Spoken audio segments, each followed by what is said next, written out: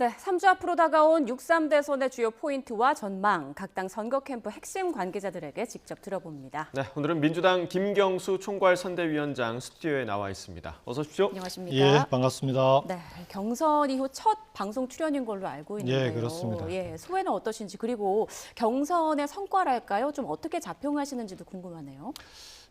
경선 기간이 이제 2주로 되게 짧지 않았습니까? 네. 그래서 경선 기간 중에는 생각보다 국민들과 만나서 소통하거나 알릴 기회가 그렇게 많지 않아서 그게 좀 아쉽기는 했지만, 그래도 민주당 경선은 전체적으로 보자면 민주당이 정권 교체 가능성을 높일 수 있는, 제가 이제 늘 얘기를 했던 게, 이번 경선은 순위 경쟁이 중요한 게 아니라 비전 경쟁이고 모두가 이기는 경선을 만들어야 된다, 이 얘기를 많이 했었는데, 그런 점에서는 민주당 경선이 국민들께 나름의 성과를 좀 보여드린 것 아닌가, 그렇게 생각을 합니다. 네, 아무래도 네. 그래서 이제 네거티브도 없었던 그런 경선이어서 굉장히 좀 인상 깊었는데요. 원래 당내 경선이라는 게요, 네거티브를 하면 안 되는 경선이에요. 당내에 있는 같은 동지들끼리 하는 선거 아닙니까?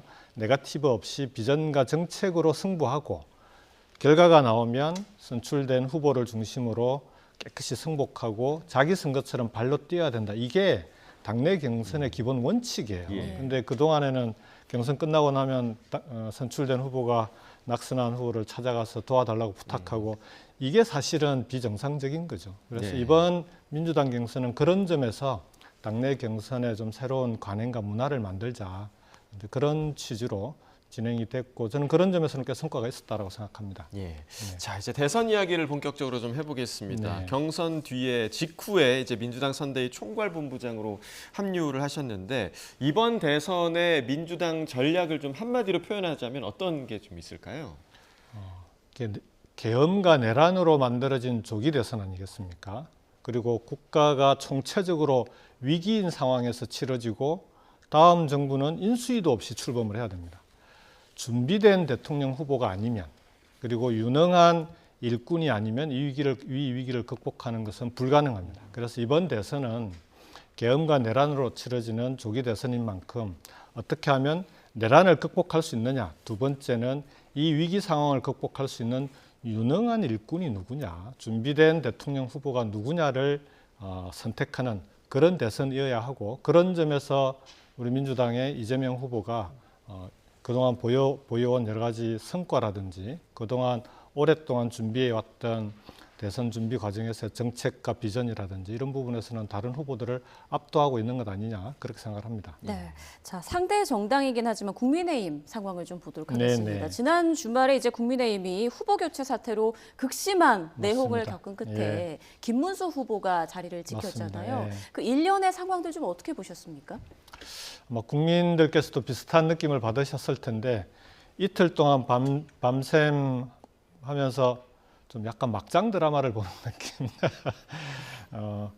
저 개인적으로는 이게 계엄과 내란이 일종의 쿠데타였던 거 아닙니까? 친위 쿠데타였는데, 그 이후에 이재명 후보에 대한 여러 가지 공격이라든지 이런 과정을 보면서 우리 국민들이나 지지자들은 이게 또 다른 쿠데타다, 이런 느낌을 많이 받았거든요. 그게 결국 국민의힘 내부의 후보 선출 과정에서도 저분들은 뭔가 좀 쿠데타에 대단히 익숙한 분들이구나 그런 느낌이 있었고요. 저는 예. 문제는 뭐냐 그러면, 정치의 기본과 원칙이 지켜지지 않았다는 겁니다. 정당 정치의 기본은 민주적인 절차도 대단히 중요하고요.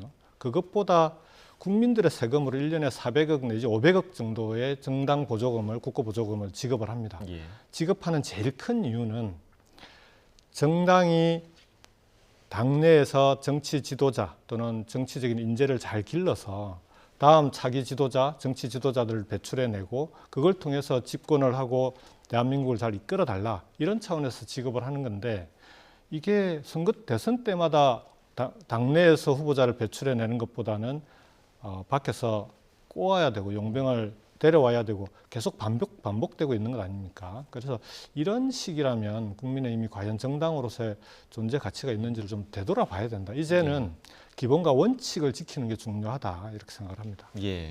자, 그렇다면 그 김문수 후보가 상대 국민의힘 대선 후보로 예, 결정된 건 민주당의 입장에서는 득입니까, 실입니까? 김문수 후보가 되시나 한덕수 후보가 되시나 저는 50보 100보라고 봅니다. 누가 되든 큰 차이 없다고 생각하고요. 왜냐하면 두 분 다 이번 계엄과 내란에 책임이 있는 분들이에요. 그래서 특히 김문수 후보의 경우에는 혹자가 얘기를 하기를 정강원 목사가 키우고 이번엔 윤석열 전 대통령이 지지하는 후보 아니냐라고 얘기를 하고 있기 때문에 저는 이런 일련의 상황을 볼 때 김문수 후보나 한덕수 후보나 큰 차이가 없었다. 특히 김문수 후보의 경우에는 계엄에 대해서 그동안 사과를 거부해 왔지 않습니까? 예. 근데 어제 일부 이제 말로는 사과를 했는데 오늘 또 보니까 계엄은 잘못된 건데 그 계엄을 발표한 윤 대통령을 출당하는 것은 맞지 않다라고 얘기를 하는데 그러면 이게 제대로 된 사과냐 이제 그런 또 비판을 받고 있더라고요. 예. 자, 이번 대선이 이재명, 김문수, 이준석 이렇게 3자 구도로 치러질 거란 관측이 우세하지 않습니까? 최종 결과는 뭐 좀 이르긴 합니다만 어떻게 예상하십니까? 원래 경기를 뛰는 선수는요. 절대 결과를 예측하면 안 됩니다. 그건 평론가나 전문가 관중들의 몫이고 예. 경기를 뛰는 사람은 마지막 1초까지 최선을 다해 뛰어야 됩니다. 왜냐하면 경기가 좀 유리하다고 조금만 방심하는 순간 결과가 뒤집히는 경우들이 워낙 많기 때문에 마지막까지 국민들에게 오히려 우리가 단 한 표가 모자란다는 심정으로 더 간절하게 선거운동을 하는 게 맞다 이렇게 생각합니다. 예. 사실 뭐 대선이 이제 막바지로 가다 보면 어떤 대선이든 네. 보수층이나 이제 진보층에서 그렇죠. 지지자 결집이 이루어지는 게 자연스러운 현상인데 맞습니다. 가장 이제 주목되고 있는 부분은 그렇다면 개혁신당의 이준석 후보는 김문수 후보와 단일화를 할 것인가 이 부분이 좀 궁금한데 좀 어떻게 전망하십니까? 조금 전 YTN 보도를 예, 보니까 예, 예.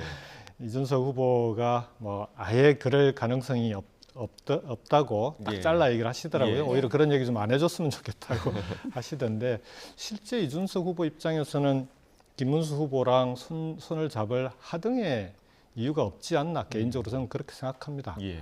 오히려 김문수 후보와 손을 잡는 순간 탄핵에 찬성했던 이준석 후보가 내란 연대의 일원이 되는 거거든요. 그렇다면 자기가 지금까지 걸어왔던 정치적 행보와도 배치되는 선택이기 때문에 저는 김문수 후보와 손잡을 가능성은 거의 없다 이렇게 보는 게 맞다고 봅니다. 네. 자, 이재명 후보의 재판들이 대선 이후로 미뤄지면서 네, 사법 네. 리스크에서 벗어났다 이런 평가가 많이 나오고 있는데요. 그런데 민주당이 추진하고 있는 그 형사소송법 개정안 등이 이재명 후보 한 사람을 위한 움직임 아니냐 이런 비판의 목소리도 네. 있거든요. 여기에 대해서는 어떤 의견이신가요? 대한민국의 주권은 국민에게 있습니다. 대선 선거 과정에서는 국민의 선택권이 보장돼야 되고요. 지금의 사법 리스크는 어느 정도 해결이 되긴 했지만 여전히 국민의힘 쪽에서는 대선 이후에도 만일 이재명 후보가 당선이 된다면 또 정치적으로 공격할 빌미를 만들고 있는 것 아니냐 이렇게 보여지고 헌법 84조에 대한 해석의 논란인데 예. 다수설은 뭐 형사소송법 개정을 하지 않더라도 문제가 없다라는 게 다수설 아닙니까? 예. 그러니까 재임 기간 중에는 대통령에 대한 형사소추는 국정에 전념해야 되기 때문에 그 퇴임 이후로 다 미루는 게 그게 당연하다라는 게 다수설인데 그럼에도 불구하고 이걸 정치적으로 공격할 빌미를 또 이제 국민의힘에서 공격의 소지가 있기 때문에 아예 이 기회에 깨끗하게 정리해두자 이런 차원의 문제이지 이게 뭐 이재명 후보 개인을 위한 법 개정이다 저는 뭐 그렇게 생각하지는 않습니다. 예. 네. 국정의 안정을 위한 방법이다 이렇게 생각하면 될 것 네. 같습니다. 그 이재명 후보 그 대법원에서 이제 파기환송이 결정된 이후에 네. 민주당 측에서 사법부를 너무 압박하는 거 아니냐 이런 우려의 시선도 좀 있는데 이 부분은 좀 어떻게 보세요? 반대로 민주당 지지자들이나 우리 당원들 입장에서는요. 지난 3년 동안 얼마나 많은 공격을 받았습니까? 거기다가 계엄으로 인한 계엄은 극복을 했는데 그 이후에 검찰이 윤 대통령을 석방하고 또 마지막에는 사법부까지 나서서 우리 이재명 대표의 후보 자격을 박탈하려고 하는 거 아니야?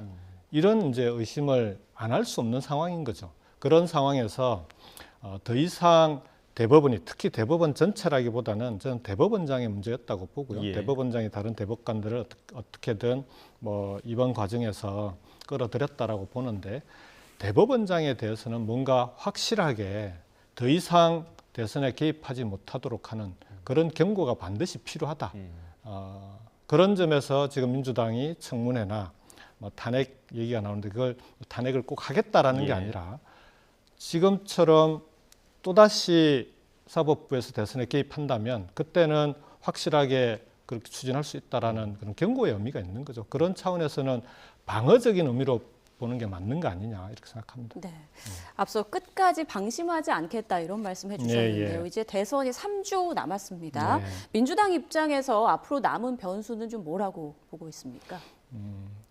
많은 변수들이 아직도 많이 남아 있겠죠. 선거라고 하는 게 앞으로 3주가 남았는데 예. 3주면 꽤 긴 기간이거든요. 그 사이에 여러 가지 일들이 있을 텐데 문제는 변수가 생겼을 때 얼마나 유능하게 잘 대처하느냐가 훨씬 중요합니다. 그래서 변수는 많이 있을 거라고 보는데 결정적인 변수는 지금 많이들 걱정하고 계시는 게 사법 리스크까지 해결이 되고 나니 혹시나 후보의 신변에 대한 테러나 이런 우려들이 있지 않을까? 그리고 실제로 우리 당에 많은 제보들이 들어오고 있습니다. 그래서 저희들한테 지지자들이나 국민들이 후보를 확실하게 신변을 보호할 수 있도록 거기에 대해서 경호에 신경을 써달라는 그런 요청이 정말 많습니다. 그래서 이 부분은 김민석 위원장을 중심으로 특별대책팀도 만들고 그렇게 해서 저희들도 특별한 대비를 하고 있습니다. 네, 결코 일어나서는 안 될 일인 맞습니다. 것 같고요. 자, 마지막으로 이번 대선에 임하는 유권자들에게 꼭 남기고 싶은 말씀이 있다면 좀 남겨주시면 좋겠습니다. 6월 3일이면 다음 정부를 운영할 대통령이 결정됩니다. 12월 3일 이후에 꼭 6개월 만입니다. 12월 3일 계엄을 발표한 그 시간이면 아마 다음 대통령의 윤곽이 드러날 것 같고요. 그 다음 대통령은 단지 내란 종식이나 민주주의 회복에 그치는 것이 아니라 대한민국 사회를 지금과 같은 갈등과 분열을 극복할 수 있는 사회 대개혁을 추진해야 될 막중한 과제를 안고 있는 대통령입니다. 그래서 이런 일들을 해낼 수 있는 유능한 일꾼 그리고 유능한 적임자, 위기를 극복할 수 있는 사람을 반드시 이번 대선에서는 선택해 주십사 하는 그런 국민들께 부탁을 꼭 드리고 싶습니다. 네. 자, 지금까지 김경수 민주당 총괄선대위원장 모시고 이야기를 나눠봤고요. 내일 오후 3시에는 국민의힘 비대위원장으로 내정된 김용태 공동선대위원장과 또 이야기를 나눠보는 시간 준비해 보겠습니다. 오늘 나와주셔서 고맙습니다. 예, 고맙습니다.